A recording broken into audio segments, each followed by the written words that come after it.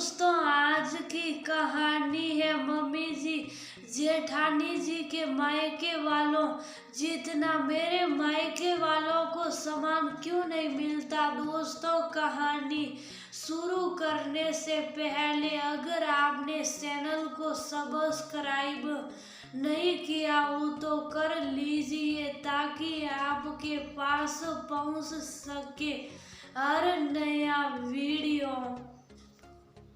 शिल्पी जी के घर आज सुबह से ही चहल पहल थी। दिवाली पास आने वाली थी तो घर की सफाई में वो एक महीना पहले से ही दोनों बहुओं के साथ जुट चुकी थी। आज की चहल पहल का मुख्य कारण तो उनकी बड़ी बहू मीना के मायके वालों का आना था। मीना के मायके से उसके भाई भाभी अपने बच्चों सहित दिवाली का त्योहार देने आने वाले थे। मीना का एक ही बड़ा भाई था और उसके पिता का अच्छा खासा कारोबार था और भाई अपने पिता के साथ ही कारोबार में हाथ बटाता था।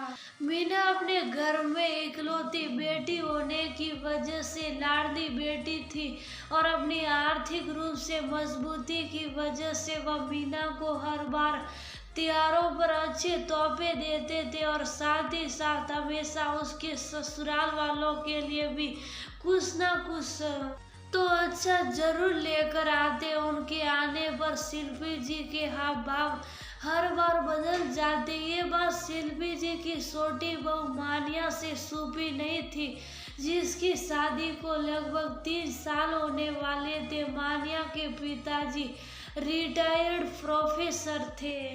अपनी सीमित आमदनी में उन्होंने अपने तीनों बच्चों को बहुत अच्छी शिक्षा दी थी, लेकिन इतने खुले हाथ से वो मानिया को तोहफे नहीं भिजवा पाते जितना कि मीना के घर से आते थे। मानिया खुद एक पढ़ी लिखी लड़की थी और बैंक में नौकरी भी करती थी। वैसे तो शिल्पी जी के घर में किसी चीज की कमी नहीं थी। उनके पति सरकारी नौकरी से रिटायर्ड थे और पेंशन पाते थे और उनके दोनों बेटे कमलेश और राजेश मल्टीनेशनल कंपनियों में अच्छे ओहदे पर नौकरी कर रहे थे।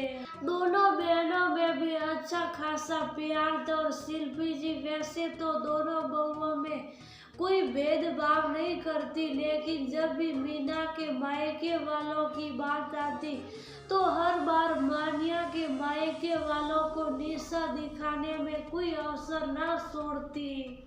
मानिया ने 1-2 बार राजेश से इस बारे में बात भी की, लेकिन राजेश उससे हर बार ये कहकर टाल देता, तुम तो जानती ही हो मम्मी ने तुम्हारे और भाभी के बीच में कभी कोई भेदभाव नहीं किया, पर तुम्हारा ये वहम ज्यादा ही नहीं है। खैर, तय समय पर मीना के मायके वाले आए और हर बार की तरह उन सबको तोहफे से लाद गए। मीना की भाभी सोना बहुत प्यारी लड़की थी। वो मानिया के लिए भी हर बार अच्छा तोहफा लेकर आती और उससे भी उसी तरह से प्यार से मिलती जैसे कि मीना को। लेकिन शिल्पी जी की हर बार की तरह तोहफों को देखकर बांझें खिल गई थी और उनकी आंखों की चमक मानिया से छुपी नहीं रही। और तो और शिल्पी जी खुद आगे होकर मेहमानों की आभगत कर रही थी। रविवार का दिन था और सब घर पर ही थे।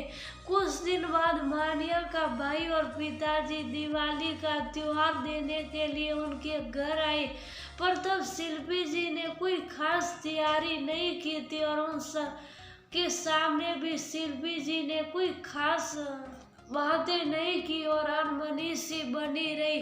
राजेश भी घर पर ही था तो उसे भी अपनी माँ के व्यवहार को देखकर मानिया की बातों में थोड़ी सी सच्चाई नजर आई। खैर, दिवाली का त्योहार अच्छे से बीत गया। थोड़े दिनों बाद कमलेश की प्रमोशन की खबर आई तो शिल्पी जी के मन में घर में जागरण करने का विचार आया। शिल्पी जी ने सोचा कि इस बार एक अच्छा सा आयोजन किया जाए और शहर में रहने वाले रिश्तेदारों और अपने सभी परिचितों को भी बुलाया जाए। घर वाले भी शिल्पी जी के इशारा को लेकर सहमत हो गए और फोन पर पंडित जी से बात कर तय किया कि आज से ठीक 15 दिनों के बाद जागरण का आयोजन किया जाएगा। जागरण करने वाली मंडली से भी बात कर ली गई। मीना और मान्या, तुम दोनों भी अपनी तरफ से देख लेना, जिसको बुलाना हो अपनी सहेलियों को भी और अपने नाते रिश्तेदारों को भी। शिल्पी जी ने कहा, मेरी तो एक दो ही सहेलियां हैं जिन्हें मैं बुलाने का सोच रही हूँ। मानिया ने कहा, हो मैं भी ज्यादा तुम लोगों को नहीं बुलाऊंगी। मीना भी बोली। राजेश और कमलेश ने भी मन ही मन अपने दोस्तों के नाम तय कर लिए थे। अगले दिन रात के खाने पर शिल्पी जी बोली, मीना कल तुम और कमलेश अपने मायके में जाकर उनको जागरण का न्योता दे आना। मैं और मानिया भी मानिया के मायके हो आएंगे। कमलेश ने आगे जोड़ा, नहीं वहाँ जाने की क्या जरूरत है, मैं उन्हें फोन पर ही बुलावा दे दूंगी। शिल्पी जी ने कहा। उनकी बात सुनकर थोड़ी देर के लिए वहाँ सुबह आ गई। राजेश भी मानिया के चेहरे की तरफ देख रहा था। आज मानिया को बहुत बुरा लग रहा था। वो समझ नहीं पा रही थी कि उसके मायके वालों को ऐसा क्या दोष है कि उसकी सास उन्हें मान नहीं देती। क्या सिर्फ इसलिए कि वह उनके लिए महंगे तोहफे नहीं ला पाते। यही बातें सोचकर उनका चेहरा गुस्से से लाल हो गया और आज पहली बार सारी मर्यादाएं तोड़ते हुए बोल उठी, मम्मी जी क्यों मेरे मायके में जाकर बुलावा देने की जरूरत क्यों नहीं है। जेठानी जी के मायके वालों के सामने मेरे मायके वालों का अपमान क्यों हमेशा होता रहता है। मैं क्या समझती नहीं, लेकिन मैंने कभी भी आपसे कुछ नहीं कहा। मेरे पापा ने मुझे अच्छी शिक्षा और संस्कारों से बड़ा किया है और अगर आज वो मेरे लिए महंगे तोहफे नहीं ला सकते तो क्या इसकी एवज में वो अपमान के हकदार है। आप ही बताइए मैं कहाँ गलत हूँ। मैं सिर्फ आपसे नहीं बल्कि आप सबसे पूछती हूँ, क्या मीना भाभी के मायके वालों को अगर बुलावा देने के लिए सवेरे जाने की जरूरत है तो मेरे मायके वालों के घर क्यों नहीं। आप हमेशा ऐसा क्यों करती हैं मम्मी। रिश्तों में इतना फर्क क्यों मम्मी जी। वहाँ बैठे किसी भी व्यक्ति के पास इस बात का उत्तर नहीं था। शिल्पी जी को तो कांटो खून नहीं था। वो तो समझ नहीं पा रही थी कि आज उनकी बहू ने सबके सामने उनकी सच्चाई कैसे लाकर रख दी थी।